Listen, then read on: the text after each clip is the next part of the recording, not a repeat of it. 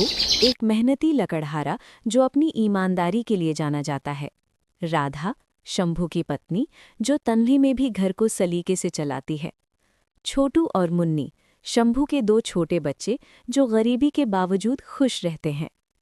गरीबी की मार। सुबह का वक्त है। शंभू अपने पुराने घर की छत को देख रहा है जो पिछली बारिश में जगह जगह से टपकने लगी थी। उसके पास छत की मरम्मत के लिए पैसे नहीं हैं। राधा, सुनिए, आज बच्चों के स्कूल की फीस भरने का आखिरी दिन है। अगर आज पैसे जमा नहीं हुए तो मास्टर जी उनका नाम स्कूल से काट देंगे। मैं जानता हूँ राधा, आज मैं जंगल के उस पार वाले हिस्से में जाऊंगा। वहां की लकड़ी बाजार में महंगी बिकती है। बस दुआ करो कि आज मेरी कुल्हाड़ी मेरा साथ दे दे। जंगल का संघर्ष। कड़ी धूप में शंभू घंटों से लकड़ियां काट रहा है। पसीने से उसका शरीर तरबतर है और थकान से बुरा हाल है। पर जैसे ही उसे अपने बच्चों के मासूम चेहरे याद आते हैं, वो फिर से कुल्हाड़ी उठा लेता है। शंभू, बस एक आखिरी पेड़, अगर इसकी लकड़ियां मिल गईं तो मुन्नी की फीस का इंतजाम हो जाएगा। तभी पूरी ताकत से प्रहार करते समय शंभू की पुरानी कुल्हाड़ी का हत्था दस्ता बीच से टूट जाता है। कुल्हाड़ी का लोहे वाला हिस्सा छिदक कर दूर झाड़ियों में जा गिरता है। शंभू वहीं जमीन पर बैठकर रोने लगता है क्योंकि उसके पास नई कुल्हाड़ी खरीदने तक के पैसे नहीं हैं। असली मोड़, एक बड़ी खोज। शंभू रोते रोते अपनी कुल्हाड़ी के लोहे वाले हिस्से को ढूंढने के लिए झाड़ियों में हाथ डालता है। कुल्हाड़ी तो नहीं मिलती, लेकिन उसका हाथ एक भारी चमड़े के पुराने बैग से टकराता है जो मिट्टी में आधा दबा हुआ है। शंभू घबराते हुए उस बैग को बाहर निकालता है और उसे खोलता है। उस बैग के अंदर कोई जादुई चीज या गहने नहीं है, बल्कि बहुत सारा कैश यानी नकदी और कुछ जरूरी कागजात हैं। शंभू हैरानी और घबराहट में, इतना सारा पैसा? ये तो शहर के किसी बड़े आदमी का लगता है। इन पैसों से तो मेरी पूरी जिंदगी बदल सकती है। मेरे बच्चों का भविष्य संवर सकता है। ईमानदारी की परीक्षा। शंभू इस बैग को अपनी गोद में लेकर सुन बैठ जाता है। उसके दिमाग में एक तरफ उसके भूखे बच्चे और स्कूल की फीस है और दूसरी तरफ उसकी सालों की कमाई हुई ईमानदारी। तभी बैग के एक कोने में उसे एक विजिटिंग कार्ड मिलता है जिस पर शहर के एक बड़े डॉक्टर का नाम और पता लिखा है। क्या मैं ये शंभू मन पैसे में अपने पास रख लूं? यहाँ जंगल में कोई देखने वाला नहीं है, किसी को पता भी नहीं चलेगा। या फिर मैं उस इंसान को ढूंढूं जिसका ये बैग है। क्या शंभू उन पैसों को लेकर अपने घर जाएगा या डॉक्टर को ढूंढने शहर की ओर निकल पड़ेगा? क्या उसकी ईमानदारी उसे फल देगी या किसी मुसीबत में डाल देगी? शंभू शाम ढले घर पहुंचता है। उसके चेहरे पर हवाइयां उड़ रही हैं। उसने उस बैग को अपनी पुरानी फटी हुई चादर में लपेट रखा है। राधा दरवाजे पर उसका इंतजार कर रही है। इतनी देर क्यों कर दी? और लकड़ियां कहाँ हैं?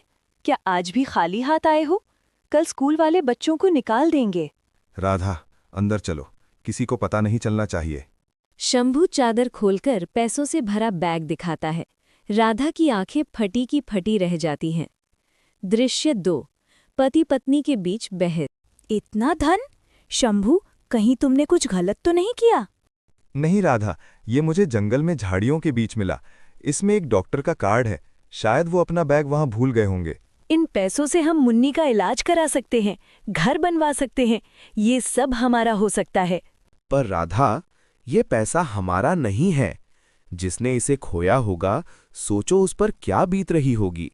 हराम की कमाई कभी सुख नहीं देती। पड़ोसी की बुरी नज़र। शंभू और राधा की बातें खिड़की के बाहर खड़ा पड़ोसी रामू सुन लेता है। वो लालची इंसान है और गांव में उधारी पर पैसे बांटता है। ओह, तो शंभू के हाथ खजाना लगा है। ये सीधा साधा लक्कड़हारा इतने पैसे नहीं संभाल पाएगा। ये पैसे तो मेरे होने चाहिए।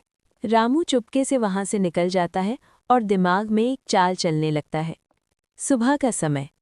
रात भर शंभू को नींद नहीं आती। सुबह होते ही वो अपना मन बना लेता है। राधा, मैं शहर जा रहा हूँ। इस डॉक्टर का पता ढूंढकर मैं ये अमानत उन्हें सौंप दूंगा। मेरी आत्मा मुझे ये पैसे रखने की इजाजत नहीं दे रही। ठीक है, अगर आपकी यही इच्छा है तो यही सही, पर संभल कर जाना, रास्ता लंबा और खतरनाक है। शंभू जैसे ही घर से बाहर निकलता है, सामने रामू खड़ा मिलता है। अरे शंभू भाई, आज सूरज उगने से पहले ही चल दिए। लाओ, मैं भी साथ चलता हूँ। शहर का रास्ता लंबा है। नहीं रामू, मुझे तुम्हारे साथ की जरूरत नहीं है। मैं अकेले जा रहा हूँ और अपना काम खुद कर सकता हूँ। तुम अपनी दुकान देखो। अरे भाई, इतना गुस्सा क्यों? मैं तो बस मदद करना चाहता था। मैंने कह दिया ना, मुझे तुम्हारी जरूरत नहीं है। तुम मेरे पीछे मत आना। शंभू तेजी से जंगल के रास्ते की ओर बढ़ जाता है। रामू के चेहरे पर एक कुटिल मुस्कान आती है। वो जेब से एक पुरानी सीटी निकालता है और बजाता है। क्या रामू रास्ते में शंभू को लूट लेगा? क्या शंभू सही सलामत शहर पहुंच पाएगा? जंगल का सन्नाटा और आहट। शंभू जंगल के घने रास्ते पर चल रहा है। उसे लग रहा है कि वो रामू से पीछा छुड़ा चुका है, पर वो ये नहीं जानता कि खतरा आगे उसका इंतजार कर रहा है। अचानक दो नकाबपोश आदमी झाड़ियों से निकलकर उसका रास्ता रोक लेते हैं। ओए लकड़हारे, रुक जा। ये झोला चुपचाप हमारे हवाले कर दे। नहीं, इसमें मेरी कोई चीज नहीं है। ये किसी की अमानत है। मैं इसे नहीं दूंगा। अमानत? अब ये हमारी अमानत है। सीधे हाथ से दे दे, वरना जान से हाथ धो बैठेगा। छीना झपटी और हार। शंभू झोले को बचाने के लिए भागने की कोशिश करता है, लेकिन गुंडे उसे पकड़ लेते हैं। एक गुंडा शंभू को जोर से धक्का देता है और वो एक पेड़ से जा टकराता है। उसकी पुरानी चोट फिर से उभर आती है। दूसरा गुंडा झपट्टा मारकर शंभू के हाथ से बैग छीन लेता। नहीं, रुक जाओ। वो गरीब के बच्चों की दुआ है, उसे मत ले जाओ। चुप रहे बुड्ढे, अब ये पैसा हमारा हुआ। शंभू लहूलुहान हालत में जमीन पर पड़ा रह जाता है। उसकी कुल्हाड़ी भी टूटी हुई है और अब वो अमानत भी उसके हाथ से निकल गई। रामू का असली खेल। कुछ देर बाद रामू वहां पहुंचता है और शंभू को जमीन पर पड़ा देखकर नाटक करने लगता है। अरे शंभू भाई, ये क्या हो गया? मैंने कहा था ना अकेले मत जाओ। देखो, लुटेरों ने तुम्हें लूट लिया। अब घर चलो, अब कुछ नहीं हो सकता। शंभू चुप है। उसकी आंखों में आंसू है, पर उसके मन में कुछ और ही चल रहा है।